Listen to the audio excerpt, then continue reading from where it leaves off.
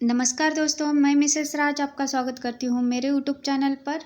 पिछले वीडियो में हमने चंद्रगुप्त नाटक का जो मूल नाटक है उसे पढ़ने हम शुरू किया था और प्रथम अंक को हमने उस पिछले वीडियो में पढ़ने के लिए शुरू किया।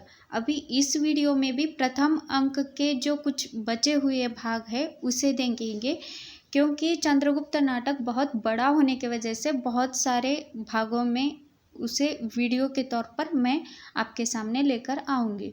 तो चलिए शुरू करते हैं चंद्रगुप्त नाटक के प्रथम अंक के कुछ अंश। पहला अंश हम देख चुके हैं और दूसरा जो अंश है, दूसरा दृश्य है, हम उसे देखेंगे। मगध सम्राट का विलास कानन। विलासी युवक और युवतियों का विहार। नंद प्रवेश करके आज बसंत उत्सव है क्या? एक युवक, जय हो देव, आपकी आज्ञा से कुसुमपुर के नागरिकों ने आयोजन किया है। नंद, परंतु मदिरा का तो तुम्हारे समाज में अभाव है, फिर आमोद कैसा? एक युवती से, देखो तुम सुंदरी हो, परंतु तुम्हारे यौवन का विभ्रम अभी संकोच की अर्गला से जकड़ा हुआ है। तुम्हारी आंखों में काम का सुकुमार संकेत नहीं, अनुराग की लाली नहीं, फिर कैसा प्रमोद? एक युवती, हम लोगों तो निमंत्रित नागरिक है देव, इसका दायित्व तो निमंत्रण देने वाले पर है। नंद, वाह, यह अच्छा उल्हाना रहा। अनुचर से, मूर्ख, अभी और कुछ सुनावेगा? तू नहीं जानता कि मैं ब्रह्मास्त्र से अधिक इन सुंदरियों के कुटिल कटाक्षों से डरता हूँ। ले आ, शीघ्र ले आ। नागरिकों पर तो मैं राज्य करता हूँ, परंतु मेरी मगध की नागरिकाओं को शासन मेरे ऊपर है। श्रीमती, सबसे कह दो, नागरिक नंद कुसुमपुर के कमनीय कुसुमों से अपराध के लिए क्षमा मांगता है और आज के दिन वह तुम लोगों का कृतज्ञ सहचर मात्र है।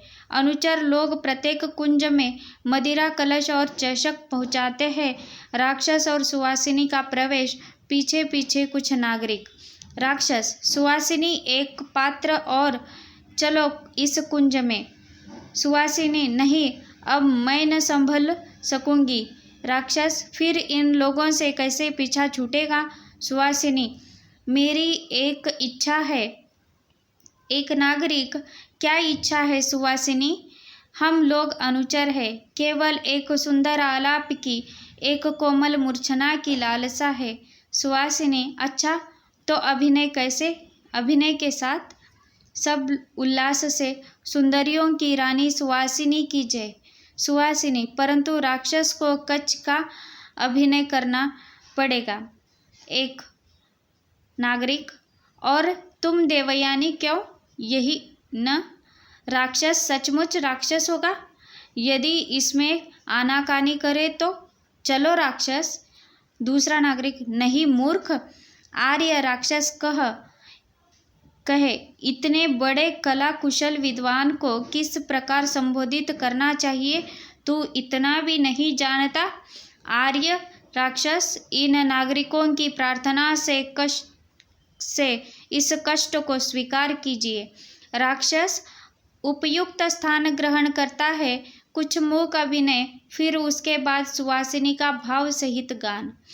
तुम कनन किरण के अंतराल में लुक छिप कर चलते हो क्यों? नतमस्तक गर्व वहन करते, यौवन के घन रस कन दरते। हे लाज भरे सौंदर्य, बता दो, मौन बने रहते हो क्यों?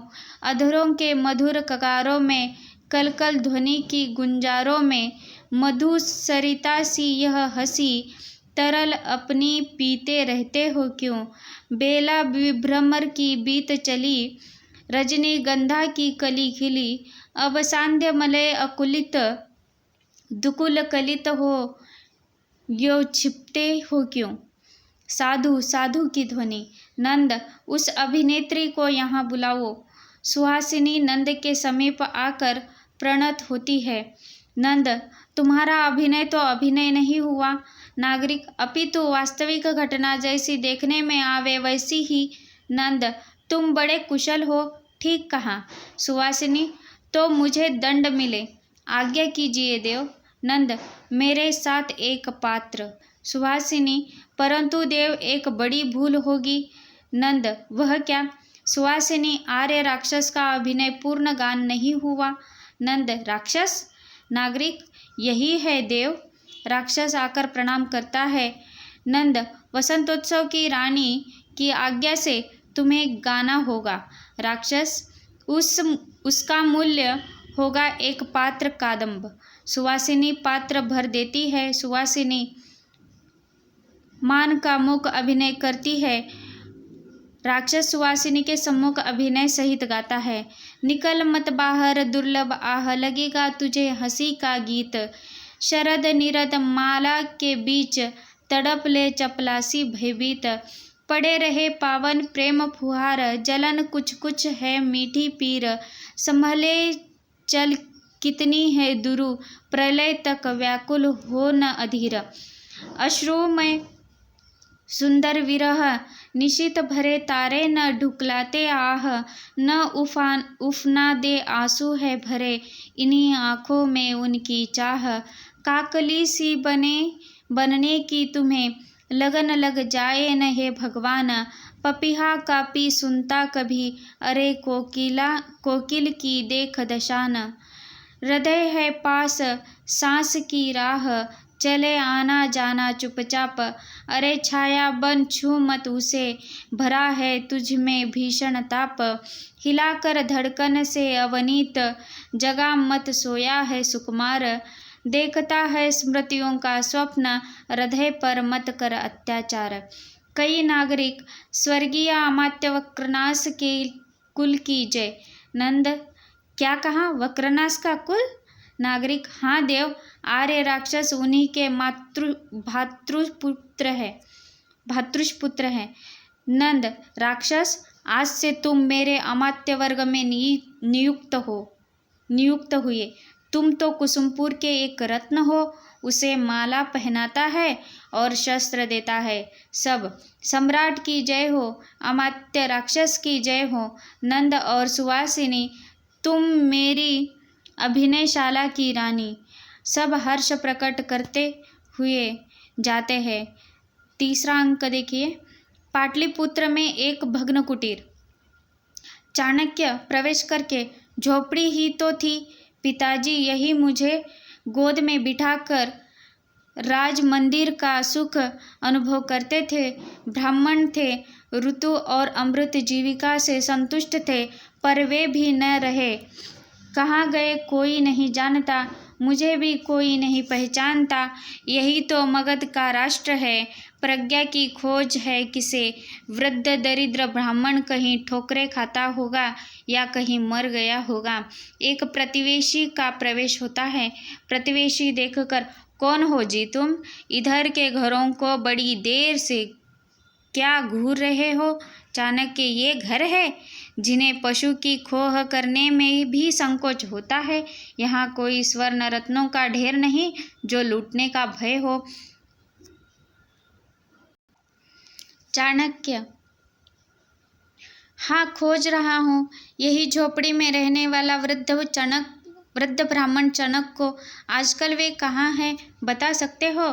प्रतिवेशी सोचकर, ओहो, कई बरस हुए, वह तो राजा की आज्ञा से निर्वासित कर दिया गया है।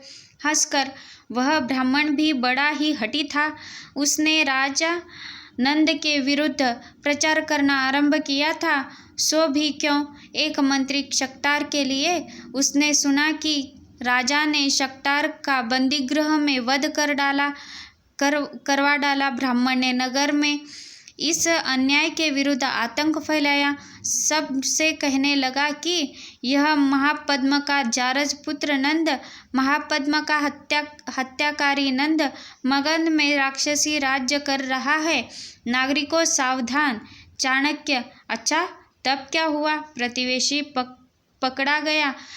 सो भी कब, जब एक दिन अहेर की यात्रा करते हुए नंद के लिए राजपथ में मुक्त कंठ से नागरिकों ने अनादर के वाक्य कहे। नंद ने ब्राह्मण को समझाया, यह भी कहा कि तेरा मित्र शक्टार बंदी है, मारा नहीं गया, पर वह बड़ा हठी था, उसने न माना, न ही माना। नंद ने भी चिढ़कर उसका ब्राह्मस्व बौद्ध विहार में दे दिया और उसे मगध से निर्वासित कर दिया। यही तो उसकी झोपड़ी है। जाता है। चाणक्य उसे बुलाकर, अच्छा एक बात और बताओ प्रतिवेशी, क्या पूछते हो जी तुम? इतना जान लो कि नंद को ब्राह्मणों से घोर शत्रुता है और वह बौद्ध धर्म अनुयायी हो गया है। चाणक्य, होने दो, परंतु यह तो बताओ शक्टार का कुटुंब कहाँ है? प्रतिवेशी, कैसे मनुष्य हो? अरे राजकोपनाल में वे सब जल मरे। इतनी सी बात के लिए मुझे लौटाया था? छी, जाना चाहता है। चाणक्य, हे भगवान, एक बात दया करके और बता दो, शक्टार की कन्या सुवासिनी कहाँ है? प्रतिवेशी जोर से हंसता है। युवक, वह बौद्ध विहार में चली गई थी, परंतु वहाँ भी न रह सकी। पहले तो अभिनय करती फिरती थी, आजकल कहाँ है नहीं जानता। जाता है। चाणक्य, पिता का पता नहीं, झोपड़ी भी न रह गई, सुवासिनी अभिनेत्री हो गई। संभवतः पेट की ज्वाला से एक साथ दो कुटुंब का सर्वनाश और कुसुमपुर फूलों की सेज में ऊँघ रहा है। क्या इसलिए राष्ट्र की शीतल छाया का संगठन मनुष्य ने किया था? मगध, सावधान, इतना अत्याचार सहना असंभव है। तुझे उलट दूंगा, नया बनाऊंगा, नहीं तो नाश करूंगा। ठहर कर एक बार चलूं, नंद से कहूं? नहीं, परंतु मेरी भूमि, मेरी वृत्ति वही मिल जाए। मैं शास्त्र व्यवसायी न रहूंगा, मैं कृषक बनूंगा। मुझे राष्ट्र की भलाई बुराई से क्या, तो चलो देख कर। यह एक लकड़ी का स्तंभ अभी उसी झोपड़ी का खड़ा है।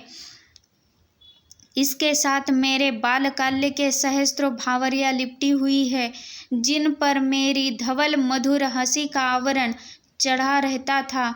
शैशव की स्निग्ध स्मृति विलीन हो जा खंबा खींच कर गिरता हुआ चला जाता है। कुसुमपुर के सरस्वती मंदिर के उपवन का पथ। राक्षस, सुवासिनी, हट न करो। यह जो चौथा अंक है, प्रथम अंक में का चौथा दृश्य, कुसुमपुर के सरस्वती मंदिर के उपवन का पथ। ठीक है। राक्षस, सुवासिनी, हट न करो। राक्षस कहता है इस प्रकार, और सुहासिनी, नहीं, उस ब्राह्मण को दंड दिए बिना सुवासिनी जी नहीं सकती। अमात्य, तुमको करना होगा। मैं बौद्ध स्तूप की पूजा करके आ रही थी, उसने व्यंग किया और वह बड़ा कठोर था। राक्षस, उसने कहा? वेश्याओं के लिए भी एक धर्म की आवश्यकता थी। चलो, अच्छा ही हुआ, ऐसे धर्म के अनुगत पतितों की भी कमी नहीं है। राक्षस, यह उसका अन्याय था। सुवासिनी, परंतु अन्याय का प्रतिकार भी है, नहीं तो मैं समझूंगी कि तुम भी वैसे ही एक कठोर ब्राह्मण हो। राक्षस, मैं वैसा हूँ कि नहीं, यह पीछे मालूम होगा, परंतु सुवासिनी, मैं स्वयं हृदय से बौद्ध मत का समर्थक हूँ। केवल उसकी दार्शनिक सीमा तक, इतना ही कि संसार दुख में है। सुवासिनी, इसके बाद? राक्षस, मैं इस क्षणिक जीवन की घड़ियों को सुखी बनाने का पक्षपाती हूँ, और तुम जानती हो कि मैंने ब्याह नहीं किया, परंतु भिक्षु भी न बन सका। सुवासिनी, तब आज से मेरे कारण तुमको राजचक्र में बौद्ध मत का समर्थन करना होगा। राक्षस, मैं प्रस्तुत हूँ। सुवासिनी, फिर लो, मैं तुम्हारी हूँ। मुझे विश्वास है कि दुराचारी सदाचार के द्वारा शुद्ध हो सकता है और बौद्ध मत इसका समर्थन करता है, सबको शरण देता है। हम दोनों उपासक होकर सुखी बनेंगे। राक्षस, इतना बड़ा सुख स्वप्न का जाल आंखों में न फैलाओ। सुवासिनी, नहीं प्रिय, मैं तुम्हारी अनुचरी हूँ। मैं नंद की विलास लीला का क्षुद्र उपकरण नहीं बनकर रहना जाती है। राक्षस, एक पर्दा उठ रहा है या गिर रहा है, समझ में नहीं आता। आंख मीचकर सुवासिनी, कुसुमपुर का स्वर्गीय कुसुम मैं हस्तगत कर लूं? नहीं, राजकोप होगा, परंतु जीवन वृथा है। मेरी विद्या, मेरा परिष्कृत विचार सब व्यर्थ है। सुवासिनी, एक लालसा है, एक प्यास है, वह अमृत है। उसे पाने के लिए 100 बार मरूंगा। नेपथ्य से हटो, मार्ग छोड़ दो। राक्षस, कोई राजकुल की सवारी है तो चलूं? जाता है। रक्षियों के साथ शिविका पर राजकुमारी कल्याणी का प्रवेश होता है। कल्याणी शिविका से उतरती हुई लीला से कहती है कि शिविका, उद्यान के बाहर ले जाने के लिए कहो और रक्षी लोग भी वही ठहरे। शिविका लेकर रक्षक जाते हैं। कल्याणी देखकर, आज सरस्वती मंदिर में कोई समाज है क्या? जा तो नीला देख के आ। नीला जाती है। लीला, राजकुमारी चलिए, इस श्वेत शिला पर बैठी है। यहाँ अशोक की छाया बड़ी मनोहर है। अभी तीसरे प्रहर का सूर्य कोमल होने पर भी स्पृहणीय नहीं। कल्याणी, चल। दोनों जाकर बैठती है और नीला आती है। नीला, राजकुमारी, आज तक्षशिला से लौटे हुए स्नातक लोग सरस्वती दर्शन के लिए आए हैं। कल्याणी, क्या सब लौट आए हैं? नीला, यह तो मैं न जान सकी। कल्याणी, अच्छा तू भी बैठ, देख इसी सुंदर माधवी लता फैल रही है।